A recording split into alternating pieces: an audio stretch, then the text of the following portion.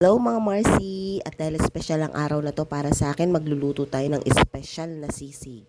Ayan, so namili nga kami ng asawa ko ng tofu sa palengke. Ayan ay 15 pieces. So iniwa-hiwa ko lang ng ganyan para siya ay maging cubes. Then repeat the process hanggang sa matapos ang 15 pieces na binili natin. And then after that nga, ipiprito natin. Of course, hindi lang tayo basta magpiprito. Habang nagpiprito tayo, gagawa tayo ng iba. Kinuha ko na nga mga Marcy yung minarinade kong baboy. Itong baboy na to mga Marcy, marinade ko lang siya sa toyo, paminta, at maraming kalamansi. Ayan, hinalo-halo ko nga lang siya, and then after that, set aside ko at gagawa naman tayo ng ibang ingredients para sa ating sisig. Sinimulan ko na nga maghiwa ng bawang, maghiwa ng sibuyas at maghiwa ng sili. Ayan. Of course, lalagyan natin ng sili para mayroong konting sipa ang ating sisig. Hiniwa-hiwa ko lamang siya ng paganyaaners para lumasa siya at mas lumabas yung kanyang anghang. And then after that, back to yung prito. So at dahil luto na siya, hahanguin na natin katulad ng ating ginagawa. And then after that, magpiprito ulit tayo. Repeat the process hanggang sa matapos natin ang ating pagpiprito ng tofu. And then habang nagpiprito ulit, gagawa tayo ng sauce para sa ating sisig. Ayan. Any kind of mayonnaise ay ari mga Marcy. Lalagyan lamang natin to ng asukal, asin at paminta. At kung sa tingin ninyo, ito'y kulang pa ng asin, paminta or whatsoever, pwede nyo siyang dagdagan.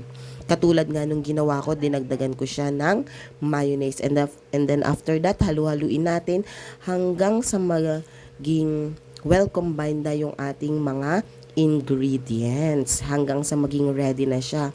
At ayun na nga mga Marcy, ready na ang ating mga ingredients. Meron na tayong bawang, sibuyas at sili, sauce, naka-ready na rin ang ating baboy, gayon din luto na rin ang ating tofu.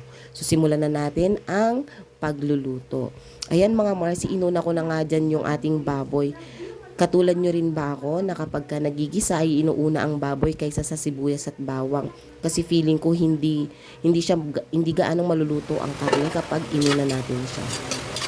Tinakpan ko nga lang siya and hinayaan ko siyang maluto ng maluto. Ayan. So, nung naluto na siya ng naluto at nagmantika na rin siya ng kaunti, so sinunod ko na yung ating bawang.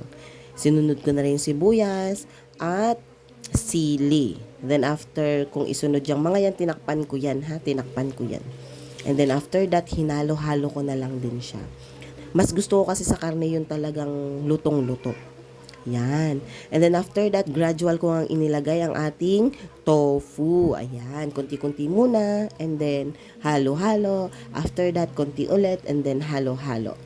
Ganyan ko lang siya iniluto. Ayan, mabilis na process lang to. Kaya, naku mga Marcy, you need to try it.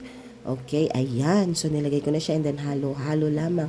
At maglalagay na tayo ng kaunting pampalasa, ang mamasitas. Alam nyo ba mga Marcy, kahit saang lutuin, talagang ginagamit ko ang mamasitas. Char! Ayan. And then after nga dyan, isusunod na natin ang ating sauce na mayonnaise na ating itinimpla kanina. Gradual nyo lang din siya ilagay. And then after that, halu-haluin. And then lagay ulit hanggang siya ay sa maubos. Ayan. Tinilok-tilok ko pa nga siya dyan. Siyempre, mahal ang mayonnaise.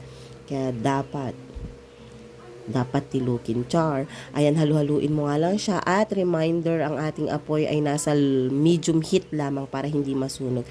And ayan na. Tada! Moment of truth. Alam nyo mga Marcy, you should try it. Napakasarap, napakabango, at napaka-creamy. Ayan, moment of truth. Aber mainit-init pa siya, talagang itatry ko na. Very excited.